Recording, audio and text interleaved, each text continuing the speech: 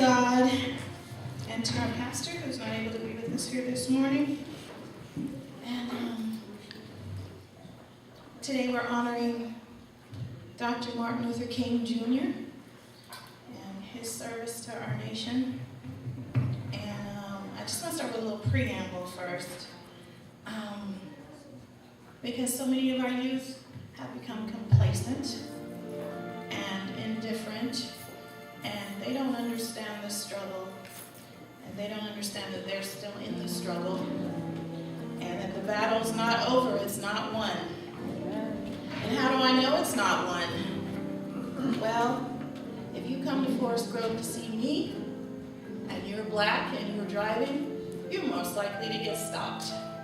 I have a friend who's been stopped 57 times in Forest Grove, and nobody's standing up to say anything or do anything. So I guess that's my mission this year. And if you can look into the face of Trayvon Martin's mother and tell her that the struggle is over and that there's no injustice, God bless you, because I couldn't do that, because it's not over. So today I'm bringing you the full speech of Dr. Martin Luther King Jr. because I want you to get the whole experience and not just the second half of the I Have a Dream. I'm going to take this off. Thank you. I'm happy to join with you today in what will go down in history as the greatest demonstration for freedom in the history of our nation. 50 years ago, a great American in whose symbolic shadow we stand today signed the Emancipation Proclamation. This momentous decree came as a great beacon light of hope to millions of Negro slaves who had been seared in the flames of withering injustice. It came as a joyous daybreak to end the long night of their captivity. But 100 years later, the Negro still is not free. 100 years later, the life of the Negro is still sadly crippled by the manacles of segregation and the chains of discrimination. 100 years later, the Negro lives on lonely island of poverty in the midst of a vast ocean of material prosperity. 100 years later, the Negro is still languishing in the corners of American society and finds himself in exile in his own land. So we have come here today to dramatize a shameful condition. In a sense, we have come to our nation's capital to cash a check.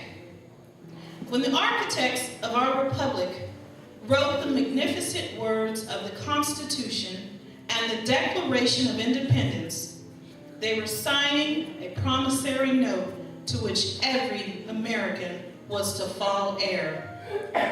This note was a promise that all men, yes, black men as well as white men, would be guaranteed the unalienable rights of life, liberty, and the pursuit of happiness. It is obvious today that America has defaulted on this promissory note insofar as her citizens of color are concerned. Instead of honoring this sacred obligation, America has given the Negro people a bad check. A check which has come back marked insufficient funds. But we refuse to believe that the Bank of Justice is bankrupt. We refuse to believe that there are insufficient funds in the great vaults of opportunity of this nation. So we have come to cash this check, a check that will give us, upon demand, the riches of freedom and the security of justice. We have also come to this hallowed spot to remind America of the fierce urgency of now. This is no time to engage in the luxury of cooling off or to take the tranquilizing drug of gradualism. Now is the time to make real the promises of democracy. Now is the time to rise from the dark and desolate valley of segregation to the sunlit path of racial justice. Now is the time to lift our nation from the quicksands of racial injustice to the solid rock of brotherhood. Now is the time to make justice a reality for all of God's children. It would be fatal for the nation to overlook the urgency of the moment. This sweltering summary of the Negro's legitimate discontent will not pass until there is an invigorating autumn of freedom and equality. 1963 is not an end, but a beginning. Those who hoped that the Negro needed to blow off steam and will now be content will have a rude awakening if the nation returns to business as usual. There will be neither rest nor tranquility in America until the Negro is granted his citizenship rights. The whirlwinds of revolt will continue to shake the foundations of our nation until the bright day of justice emerges. But there is something I must say to my people who stand on the warm threshold which leads into the palace of justice. In the process of gaining our rightful place, we must not be guilty of wrongful deeds. Let us not seek to satisfy our thirst for freedom by drinking from the cup of bitterness and hatred.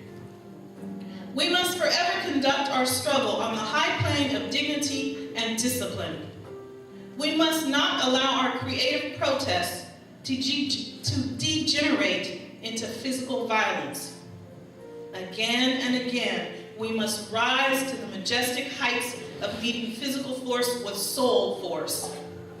The marvelous new militancy which has engulfed the Negro community must not lead us to a distrust of all white people. For many of our white brothers, as evidenced by their presence here today, have come to realize that their destiny is tied up with our destiny. They have come to realize that their freedom is inextricably bound to our freedom. We cannot walk alone. As we walk, we must make the pledge that we shall always march ahead. We cannot turn back. There are those who are asking the devotees of civil rights, when will you be satisfied? We can never be satisfied as long as the Negro is the victim of the unspeakable horrors of police brutality. We can never be satisfied as long as our bodies, heavy with the fatigue of travail, cannot gain lodging in the motels of the highways and the hotels of the cities. We cannot be satisfied as long as the Negro's basic mobility is from a smaller ghetto to a larger one. We can never be satisfied as long as our children are stripped of their selfhood and robbed of their dignity by signs stating, "For whites only." We cannot be satisfied as long as a Negro in Mississippi cannot vote and a Negro in New York believes he has nothing for which to vote. No, we are not satisfied, and we will not be satisfied until justice rolls down like waters and righteousness like a mighty stream. I am not unmindful that some of you have come here out of great trials and tribulations. Some of you have come fresh from narrow jail cells. Some of you have come from areas where your quest for freedom left you battered by the storms of persecution and staggered by the winds of police brutality. You have been the veterans of creative suffering. Continue to work with the faith that unearned suffering is redemptive. Go back to Mississippi. Go back to Alabama. Go back to South Carolina. Go back to Georgia. Go back to Louisiana. Go back to the slums and ghettos of your northern cities, knowing that somewhere this situation can and will be changed. Let us not wallow in the valley of despair. I say to you today, my friends, so even though we face the difficulties of today and tomorrow, I still have a dream. It is a dream deeply rooted in the American dream. I have a dream that one day